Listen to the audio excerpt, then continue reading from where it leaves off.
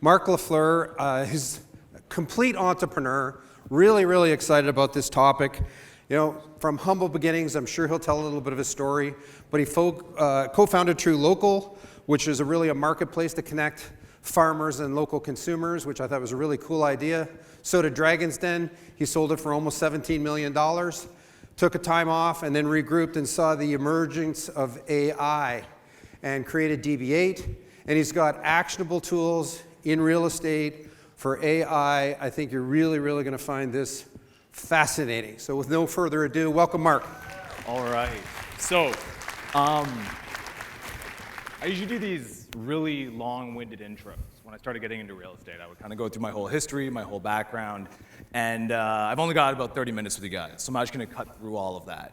And what I want to address instead is we're going into 2025, and I want to address the elephant in the room. Okay? So you heard a little bit of my background, and the truth is that I've been fortunate to live the life that a lot of you got into real estate to live. Great job. Right? I was fortunate to make millions of dollars at a young age, and now I get to do what I want, right? So I've had a lot of success at a young age. The biggest thing is that people need to understand that success leaves scars. And people seem to forget that the fact that success leaves scars doesn't mean that these scars are just negative things, right? People here, there are a few winners who understand that success and the scars that come with it are also lessons. It's not just the negative. When you get these scars, you learn things that go with it, and I'll give you some examples. You know, I had to hire over 200 people. I was managing at any given time about 60 employees, right? And for me, you know, that's trying to manage people from the ages of 19 to 55. And I'm a 27-year-old kid trying to figure all this out. And you learn that they have different personalities, different ambitions, different goals. You have to treat them all differently. It's not easy, but you learn really quick. But when things get really crazy, you start to realize that people have cultural differences, and they have religious differences, and they have political differences. So one of the lessons is imagine trying to navigate a 60-person company as a kid, essentially, during a pandemic, right? You learn a lot doing that. And my opinion on it was that, listen, you know, we're an essential service. All I care about is making sure that we've got food to Canadians. I don't care what your vaccination status is. Don't want to hear it. And it's funny because then, of course, you've got half the company that thinks you're a hero, and then the other half that want to nail you to the post. So you learn a lot going through things like that at a young age. Another example, I would say, I think Dave mentioned that I was on Dragon's Den. And the thing with Dragon's Den is everybody thinks that Dragon's Den is all fun and games. Like it is, it's exciting. But you learn lessons very quickly going on Dragon's Den. What you learn is that life becomes real very quickly. It's not just something where you go up there and you have the opportunity to 10x your business. You also realize that if you shit the bed, you literally can do irreparable damage to your company, right? It's a lesson in, on one side you talk the talk, but can you also walk the walk? So you learn that. Some other examples of scars and lessons, you know, fighting the government, that's a tough one. You know, we were in food, okay? Lots of health regulations, lots of them outdated, in terms of things like labeling. You know, things that have just changed, you know, from 20 years ago. And as a kid, getting an email saying, hey, listen, you can't operate your business the way you're operating it because this one obscure label is out of date, and being called into government offices and having to sit across from 7 government officials in the big intimidating table telling you that if you don't change, they're gonna shut you down, right? Everything you've put all of your money and, you know, everything that you've put into this business is gonna go away. It's difficult as a kid to navigate that type of stuff, right? You gotta learn how to go through that. And I guess finally another example would be, you know, as Dave alluded to, I sold my company for $16.7 million. But negotiating that over the course of 10 months, you know, that's not easy either. Especially when you've never done something like that before. You know, I was just me and a bunch of my friends at 25 that decided we wanted to start selling meat online. 5 years later, it became worth something, but you're sitting across the table from Bay Street executives who've been doing this their entire lives, and over the course of 10 months, they are just using every tactic in the book to wear you down, to beat you down. Every tactic possible. And the thing about that is that, when you've been working so hard for something, the idea of losing it every single day, every day that goes by, it might go away. And you might go from having everything you've ever wanted to going right back into the trenches. That's tough. It's heavy. And one day they might catch you slipping. You're tired, you're exhausted, you're emotionally defeated, psychologically you're not there, and next thing you know, there's $1 million off the table. Do that 2 or 3 times, show up bad 2 or 3 times, next thing you know, you're $3 million in the hole on a deal. So, I've learned a lot building a company at a young age. And it's funny because now, everybody looks at me like I'm the AI guy, which I don't mind. I love AI. It's exciting. I've been in this space as soon as ChatGPT came out, November 2022, and now I get to do talks. Part of the reason I'm on stage here is because I'm the AI guy, right? We built a company in AI, we build real estate products using AI, but that's not really who I am.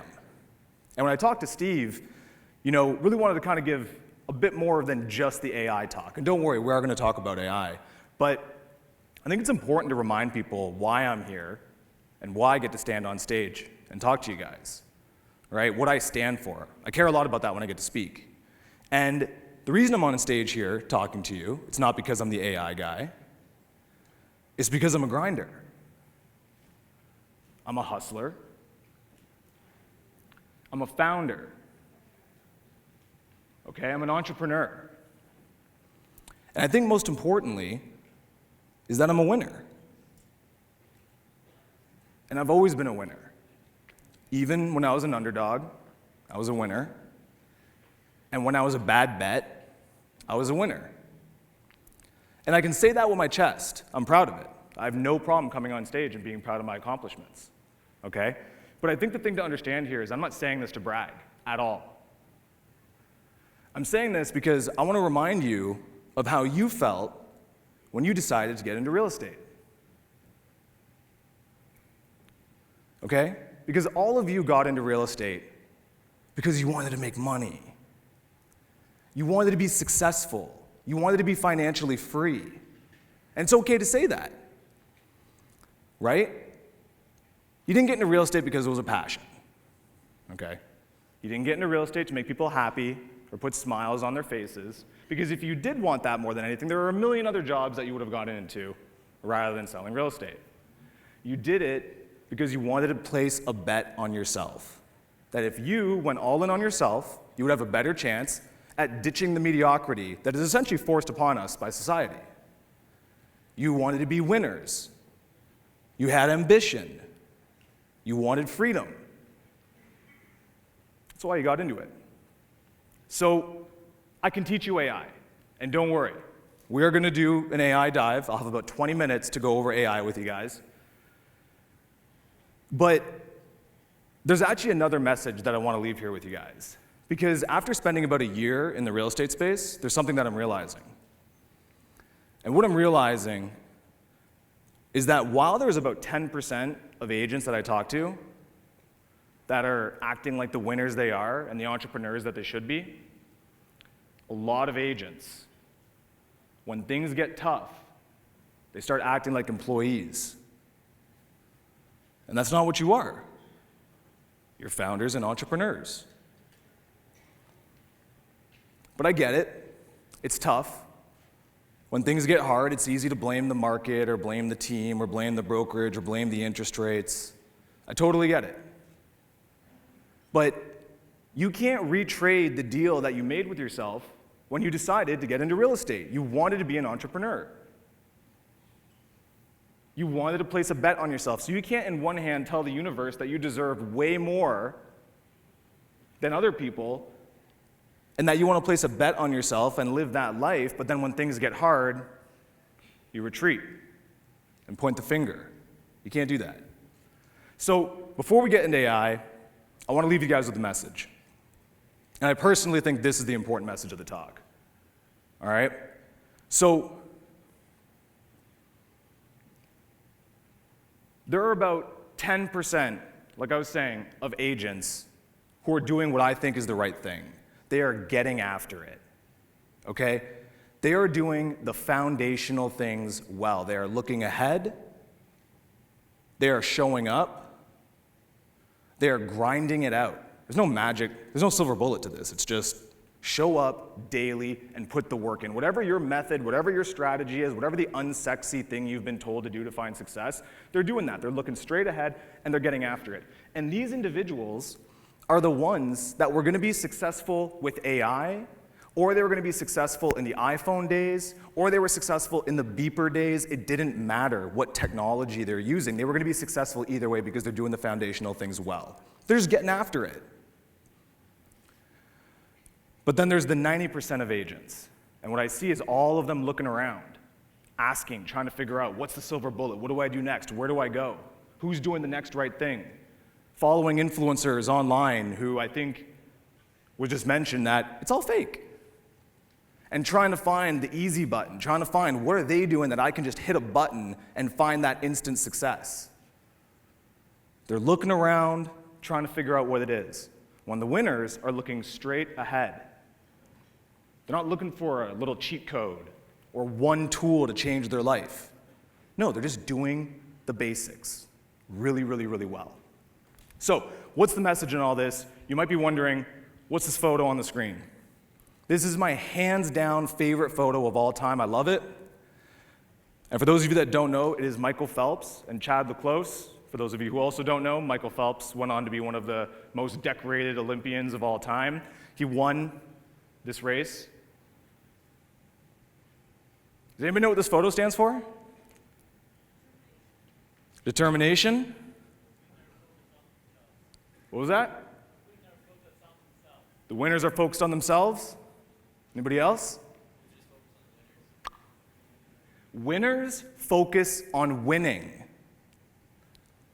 And losers focus on winners.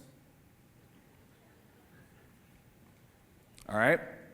So if you guys are actually going to take away anything from this, I want you to take that away. I can teach you AI.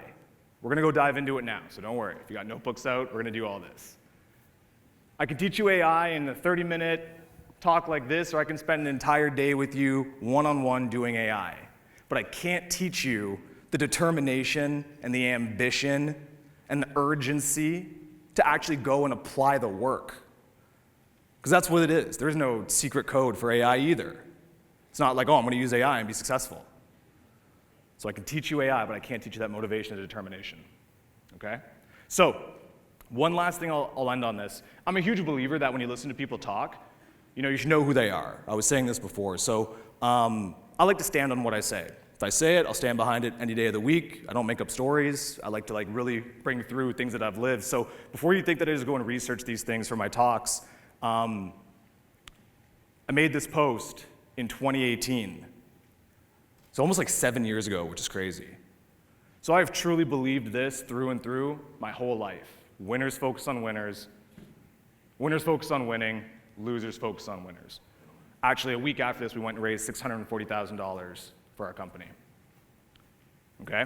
So, now do you guys want to learn about AI? Oh, super excited. There's the 10%.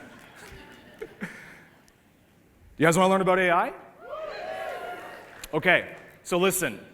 I'm going to give you guys a breakdown of what I think I can teach you about AI in about 20 minutes. So take that into account. We've got 20 minutes here. Okay? But what I have gone and done is I've put together a full video walkthrough of every single one of these slides. I'm going to go over 3 things that I think are really important for you to know when it comes to AI. But if it is going too fast for you, or if you're like, I don't know what's going on here, or you don't think it's deep enough, don't stress. I have literally put together a full-on follow-up to all of this, which I'm going to give to you guys after the fact, okay? So don't stress about it. Don't worry about taking photos. I'm going to walk you guys through it. You guys are going to have full access to this after the fact. I'd like you guys just to listen and hear what I'm saying, because it is very important. AI is not just about how you use AI. There are reasons in which you will use AI, and it's important to walk through that. So what I'm going to do here is go through 3 different important examples, and I like to call them as levels when it comes to AI. Okay, we'll spend a little bit of time on the first one. We'll go fairly quickly through the second one, all right? And then the third one, I'm actually gonna give you a breakdown of how I used AI literally just last week to create a lead capture form for our company. And there's a reason as to why that's relevant for you guys. okay? But these are 3 different levels of AI, and you should not skip these. I see it all the time. People come in here, and if I do a talk just on level 1, talking about prompting, people are like, oh, well, I wish you gave me examples with ChatGPT. Okay, no problem. I give examples of ChatGPT, it goes over some people's heads. So this is exactly how I would break it down. Level 1, level 2, level 3. Okay? So, level 1, prompting. This is the most basic aspect of everything that has to do with AI. All right? The beautiful thing about AI is that you are essentially just speaking to a computer. That's it.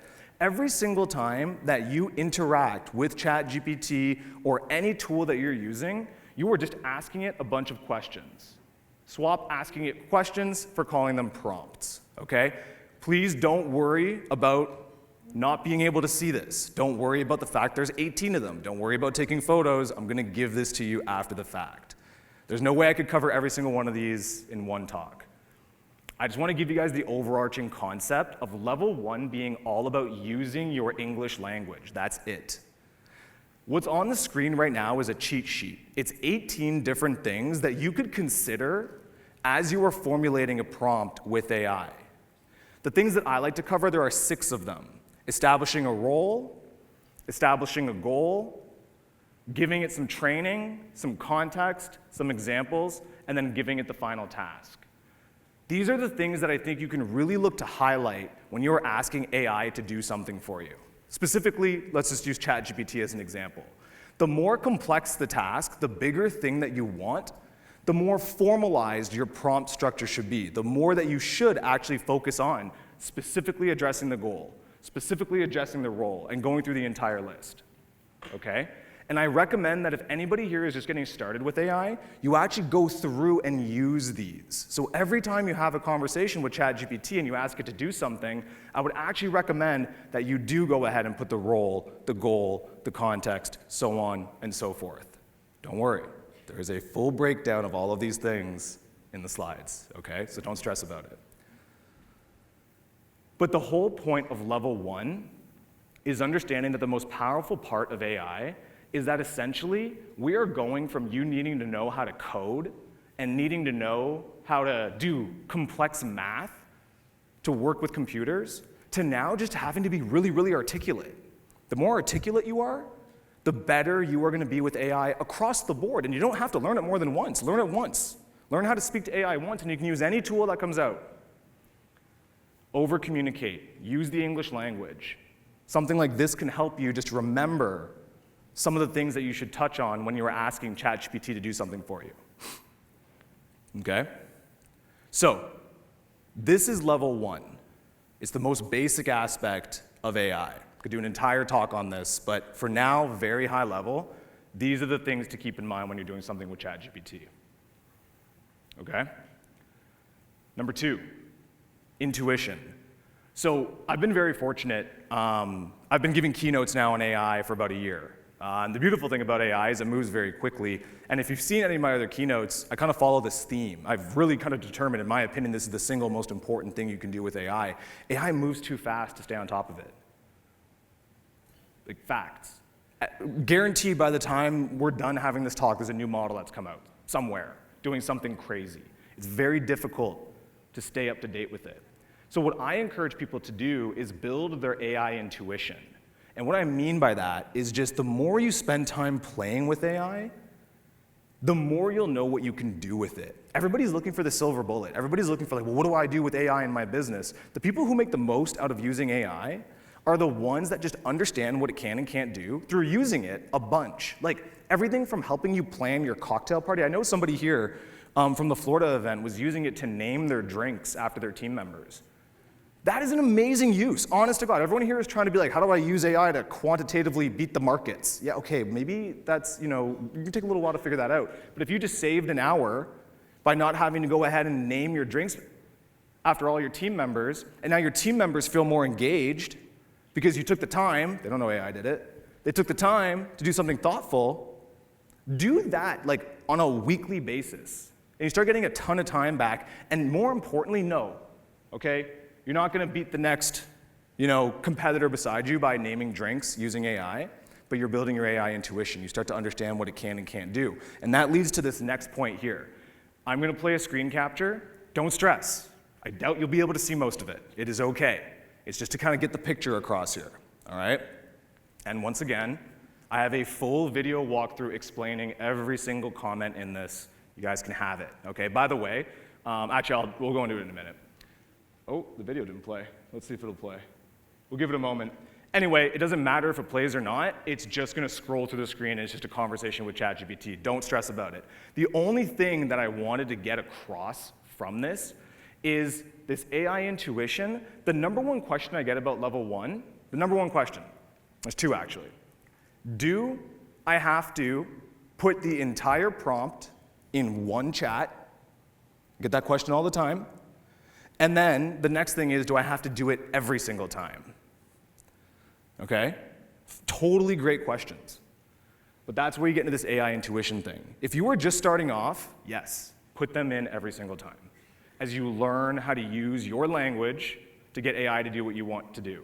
But eventually, once you start to build your AI intuition, you start to see that, oh, you know what, when I ask it just these really basic things, I don't need to go ahead and do this entire long prompting structure. I can just cheat a little bit and say, hey, do this. Or if you're having a casual brainstorming conversation with ChatGPT to help you, brainstorm your business plan or identify who your avatar is or put your social media content calendar together, maybe you don't have to go ahead and do this big, long series of prompts. But you won't know that until you use it. First of all, get past level 1 and be good at prompt structure, and then start using it on a regular basis so that you can understand that you can start to shortcut things. This intuition is very important.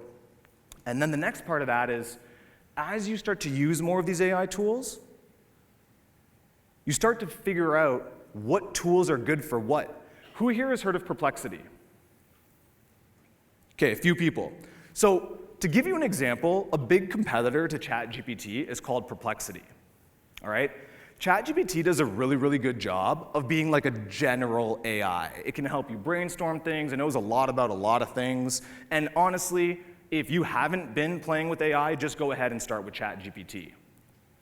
But one thing you will find is that ChatGPT hallucinates like crazy. Like, man, you can make up like a literal fiction story by asking it to tell you some facts, right?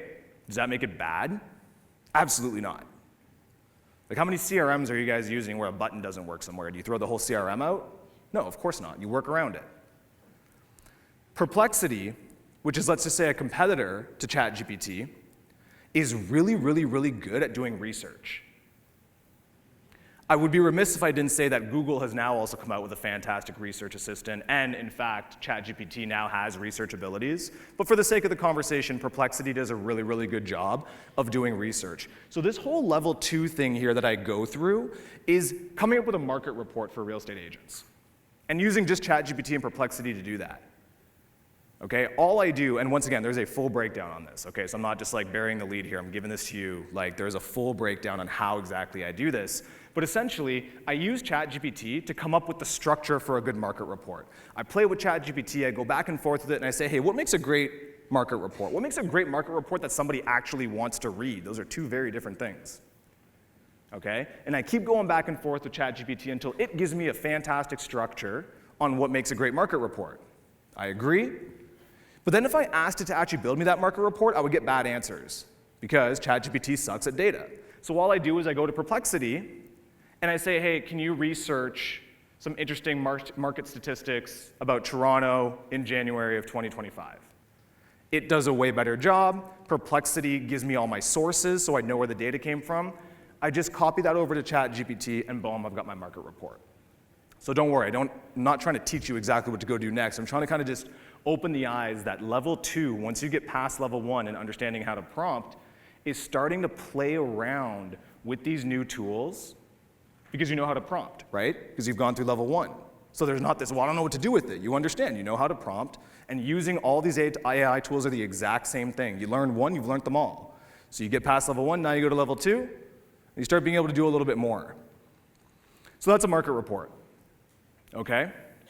Now what I'll show you guys is level 3, and I will break this down for you, okay? Because I think this is important, is that once you get past level 1, your basics of how to prompt, then you can get into level 2 where you're kind of just playing around, figuring out what works, what doesn't, right? Well, what's level 3? It's actually using it for your business to save you time, save you money, do whatever it is that you want to do.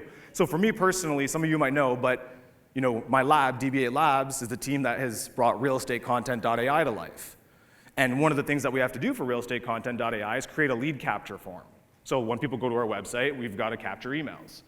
And this is actually useful because I truly believe that each and every single real estate agent should put more time and effort into a lead capture form. I hate to break it to you, but if somebody goes to your website and if you say, give me your email and I'll give you a phone call, or give me your email and I'll show you my listings, no one's gonna give you their email.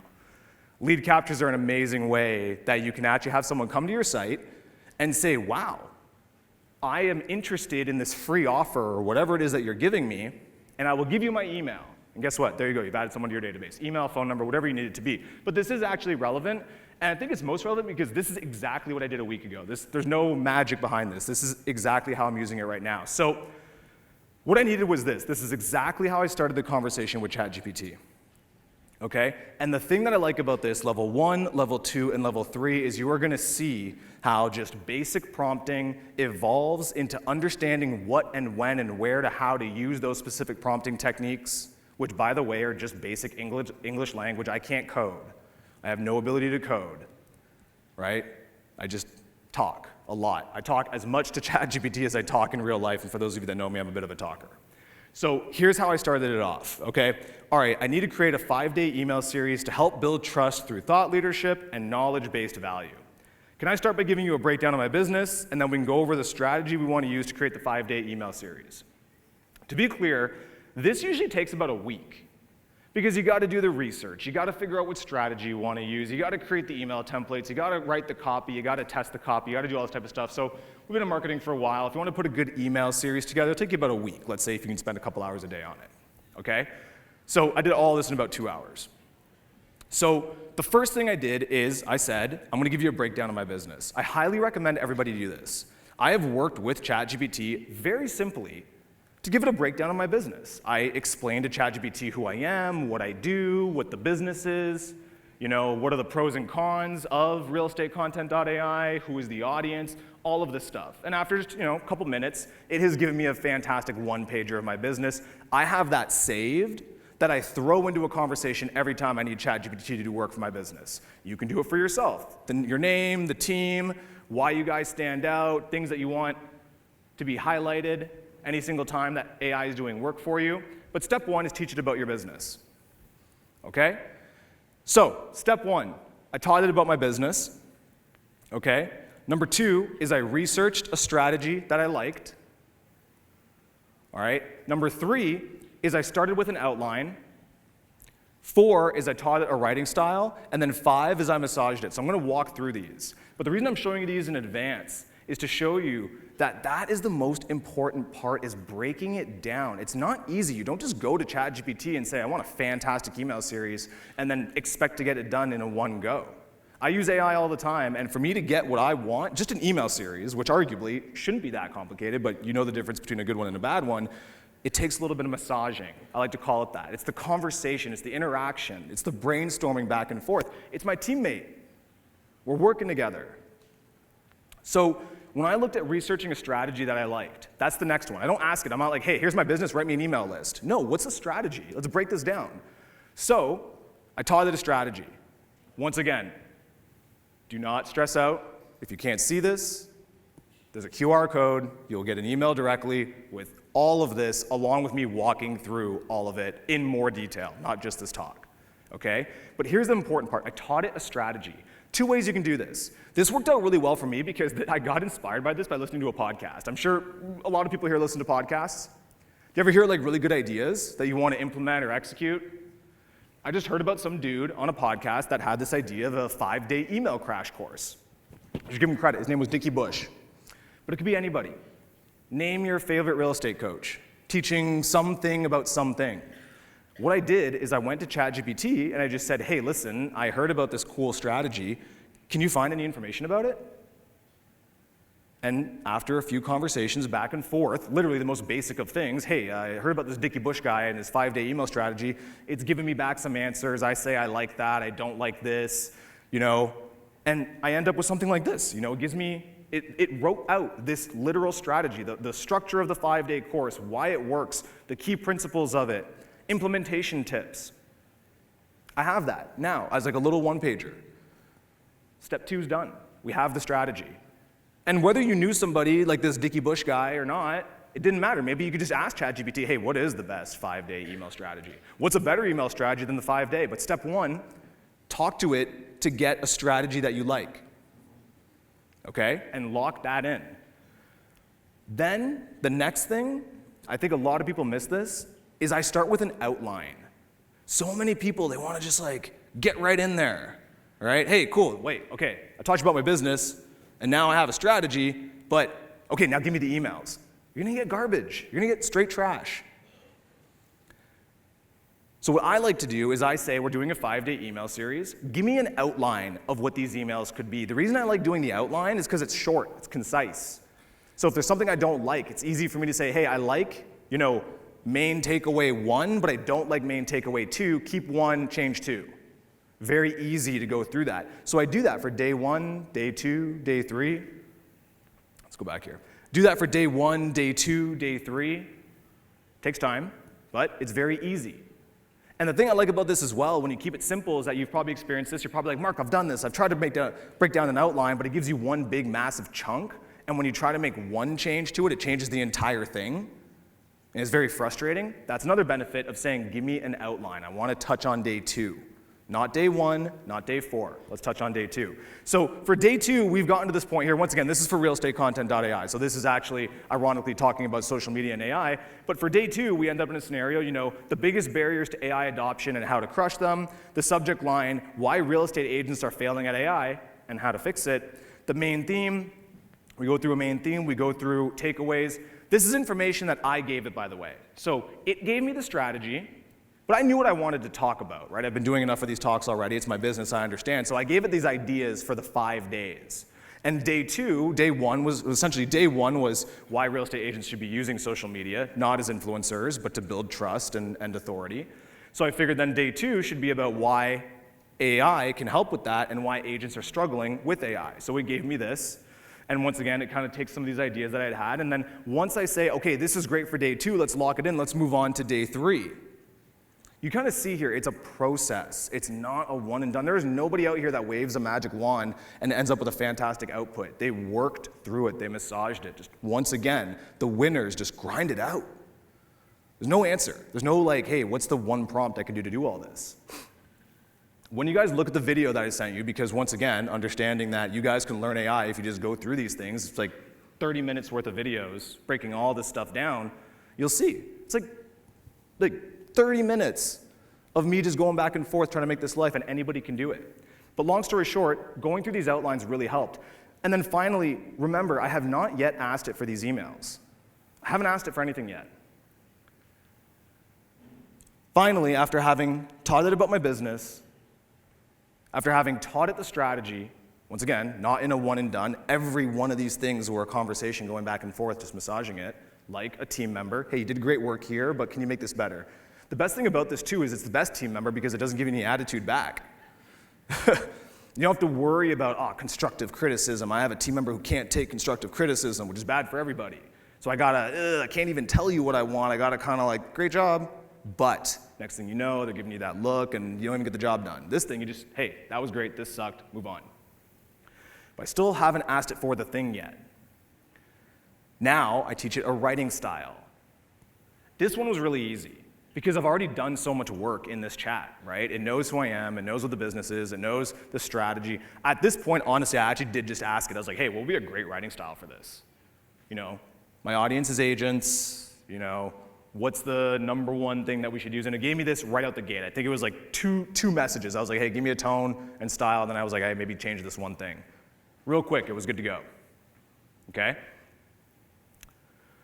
And then finally, after all that was done, I got my emails out. Now, I'm going to read one of these for you because I think we're tight on time. But I am super happy with how these emails turned out. I've been in marketing for a long time. At truLOCAL, we were spending $200,000 a month in marketing. Like, we've been around the block. We understand copywriting. We understand content.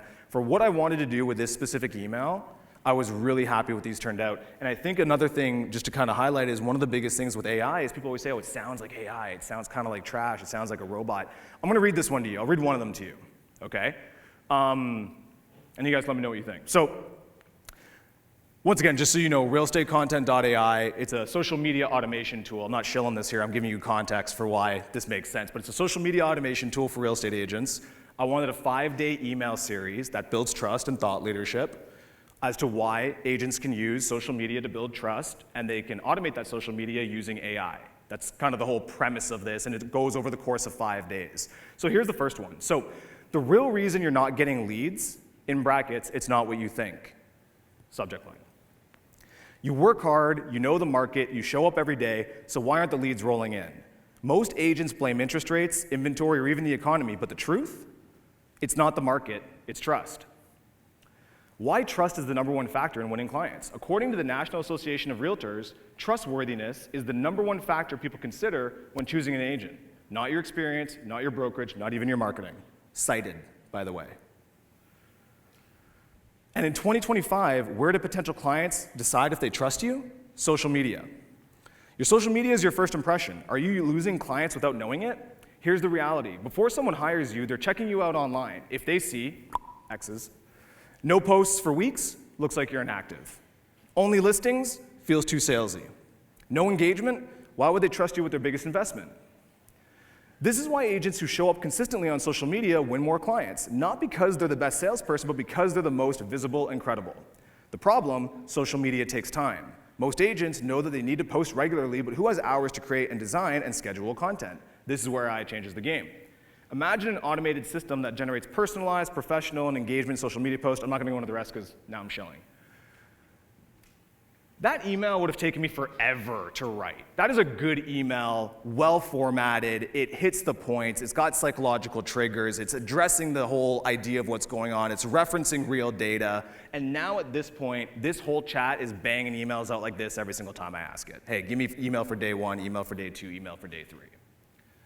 So this is for my business, that works really well, but start imagining it for your business, your clients, your specific niches. You can't put your head in the mind of one of these first-time home buyers because maybe you're not that person anymore. And I know that that's your niche, and that's totally okay, but trust me when I say AI can do it better than you can because now you're a real estate agent. So it's difficult to put yourself in those positions, but AI does an amazing job of doing stuff like that. Okay? So, I almost forgot. I also got it to do my lead capture for me. So my actual lead capture on the pop-up of the website. So I just asked it after all this was done is, hey, what is the thing that I could put on my website that is most likely to get people to put their emails in here? So once again, kind of a little ending point on that, okay? So listen, now you can take your phones out. If you guys want this, go ahead, it's up there. By the way, my biggest thing, I wanna give away as much AI information as I can for free. It drives me absolutely insane when I see people charging thousands and thousands of dollars for AI coaching. Steve was nice enough to have me come out here. I met Steve from Hallmark. You guys are a fantastic group. Out of all the people I've talked to, the people that are really kind of getting after it seems to be Remax agents, and Hallmark is no exception. But as a thank you, I've said that if anybody ever wants to reach out to me at any time, I could talk your ear off about AI. I could geek out about AI indefinitely. And my whole thing is I just want to give away as much free information as I can so that you never have to spend $1 more on AI coaching, because the truth is, unlike other technologies, AI is the easiest tool you will ever adopt, period. So there's no gateway for it. So I go through this, I break down every single thing that I've gone through here in more detail, because I only had a few minutes on stage with you guys to show you how to do this in depth. And I promise you that is all you need to go through if you want to be, let's just say, an AI-assisted human. If you want to have enough of an understanding to get after it, everything you need is in there. Level 1, level 2, level 3. If you can just figure those 3 things out, you can use any AI tool. And once again, it's not even just about the tool. The winners are going to win. Didn't matter if it was the beeper, doesn't matter if it's the iPhone, doesn't matter if it's AI. I can teach you AI, but I can't give you that initiative to just sit down for 30 minutes and run. The ball's in the air. It's been handed off to you. You You just got to run with it. So listen, I can't thank you guys enough for having me come up here. Honestly, I love talking to you guys. I love talking to agents. The energy is real. And looking forward to a crazy 2025. There's a lot of exciting things happening. So if there's ever any questions, please don't hesitate to reach out. But thank you guys so much. You guys are amazing. Awesome, Mark. Thank you.